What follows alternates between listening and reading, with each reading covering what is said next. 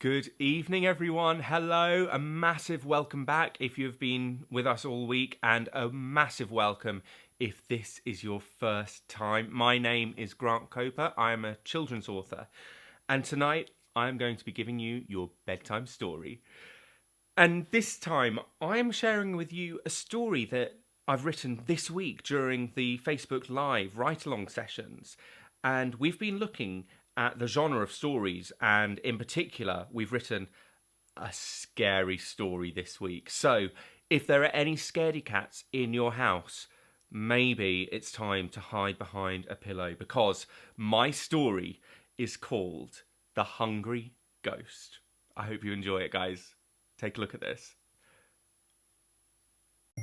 The Hungry Ghost. Clunk went the front door as Simon's dad unlocked it for the very first time. He, his mum and his dad all walked into the dark and dusty hallway to look around. Today was a big day for the Joneses family. They were moving into their new house. Now, Simon was quite short for an 8-year-old, but his adventurous personality made up for it. At school, he was well known for his spiky brown hair. The house Simon's family were moving into was over 100 years old, but Simon's mum assured him that it wasn't haunted.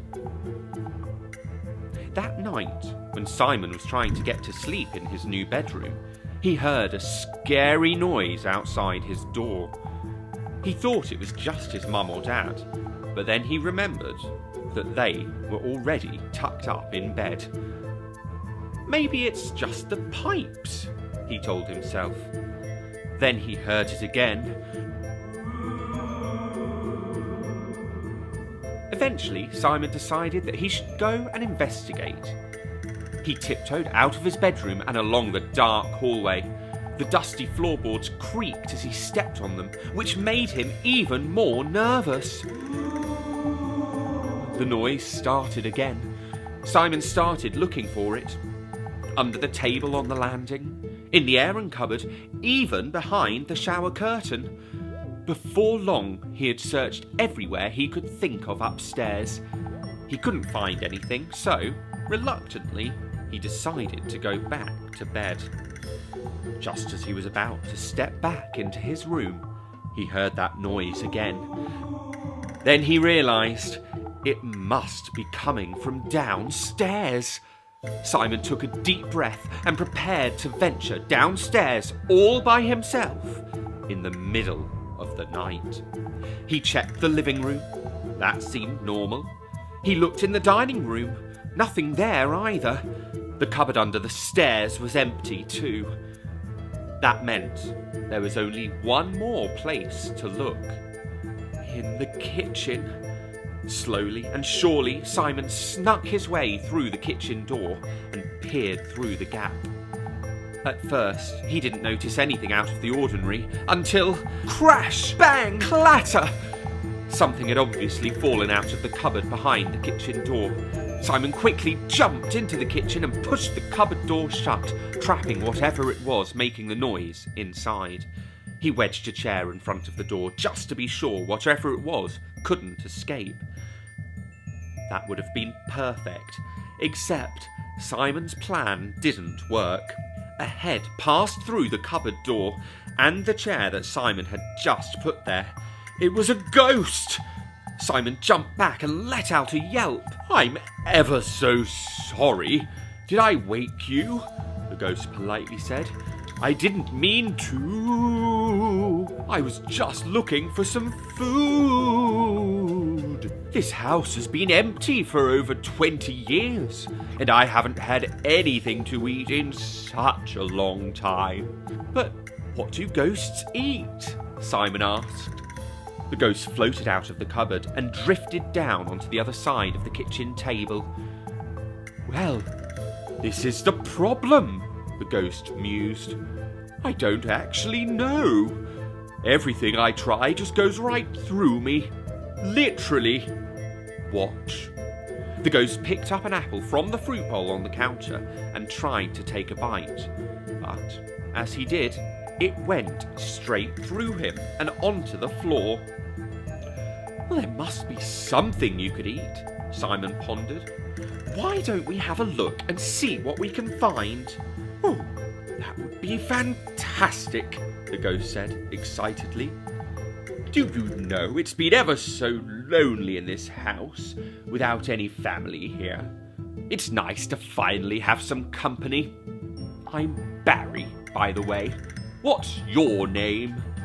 Well, I'm Simon, he said, as he collected a variety of packets and tins from the cupboard and laid them out on the table. First, he offered a slice of bread, but that didn't work at all.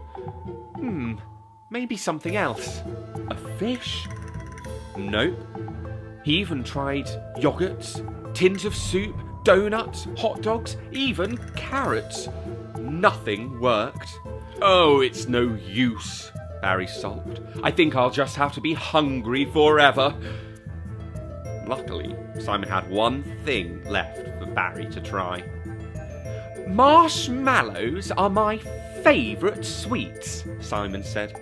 I don't usually share them, but you do seem ever so hungry. Barry put the marshmallow in his mouth, and Simon watched as it floated down his throat, and as it got to where his stomach would have been, it disappeared. Ooh, that was delicious, Barry said, with 4 more marshmallows already in his mouth. I think we're going to make a good team. Best friends forever, Simon said excitedly. They wished each other a good night as Simon went back upstairs to bed. The next morning, when Simon's mum and dad came down for breakfast, instead of finding the kitchen in a horrible mess, it was sparkling clean. Barry had given it a good tidy after Simon had gone back to sleep, as a way of saying thank you. That morning, Simon decided to tell his parents what had happened the night before. Of course, they didn't believe him. Don't be silly, Simon. The noises were just the pipes, his dad said. This house isn't haunted, his mum reassured him. Suddenly, Barry poked his head through the middle of the table. Simon's mum and dad jumped back in a fright. See? I told you, Simon said as he reassured his parents that Barry really was a friendly kind of ghost. Do we have any more marshmallows? Barry asked. The end. Well, that was The Hungry Ghost. I really hope you enjoyed that story because I had so much fun writing it with you guys during my Facebook Live episodes this week. If you missed any of them and you'd like to catch them again, or you'd like to catch them for the first time round, head over to my website, grantkoper.com. You'll catch up with all of those there. And we're doing it again Monday, 11 o'clock. We're going to be talking all about characters and how authors make their characters so interesting. So join me, 11 o'clock on Monday. And don't forget, tag your friends and share this around as well, because I'm sure there's so many of your friends that would love to see this. But for now, good night, guys. Have a great weekend, and I'll catch up with you 11 o'clock on Monday. See you soon.